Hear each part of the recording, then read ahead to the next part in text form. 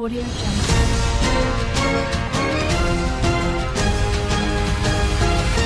Audio Jungle.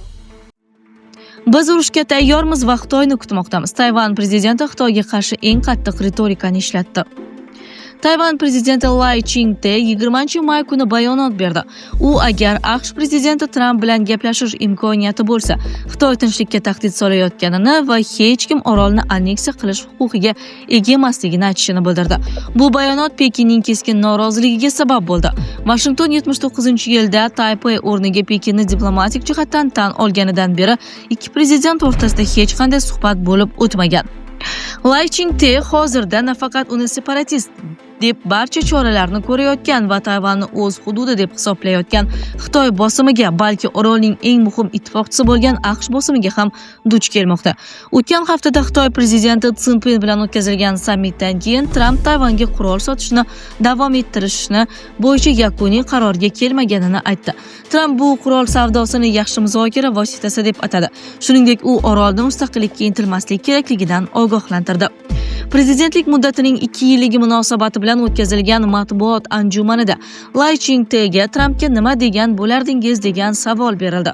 U Taypey va Washington o'rtasidagi aloqa kanallari doimo ochiq bo'lganini aytdi. Shuningdek, imkoniyat tug'ilsa Tayvan jamiyati ovozini yetkazish uning burchi ekanini ta'kidladi. Lai o'z nutqida bir nechta muhim jihatlarga to'xtaldi. Mening hukumatim mavjud holatni saqlab qolish tarafdori.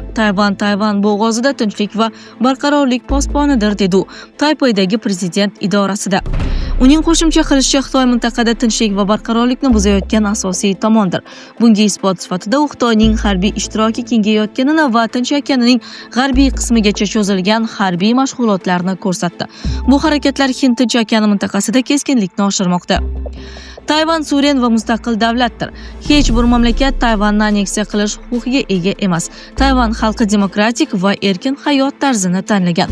Demokratiya va erkinlik esa provokatsiya deb hisoblanmasligi kerak deya o'z pozitsiyasini takrorladi u. Laining aytishicha, Tayvan AQShdan qurol sotib olishni davom etishiga umid qiladi.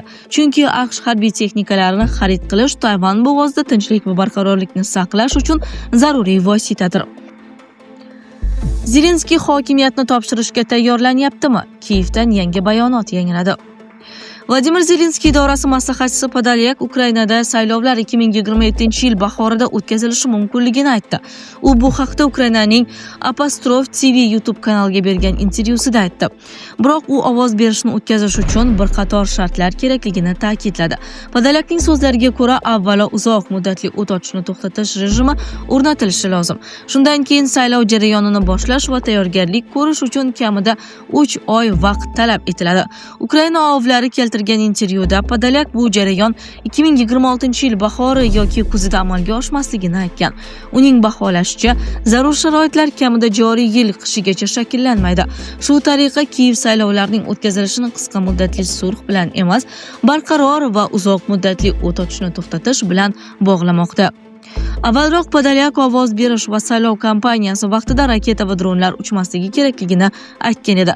Zelenskiy 2019-yilda Ukraina prezidenti etib saylangan. Uning 5 yillik vakolat muddati 2024-yil mayida yakunlangan. Ammo mamlakatda harbiy holat amal qilayotgani sabab prezident saylov o'tkazmagan. Harbiy holat Ukrainada saylovlar o'tkazishni taqiqlaydi. AQSh prezidenti Tramp avvalroq Ukrainada saylovlar o'tkazish zarurligini aytgan va Zelenskiyni saylovsiz diktator deb atagan edi.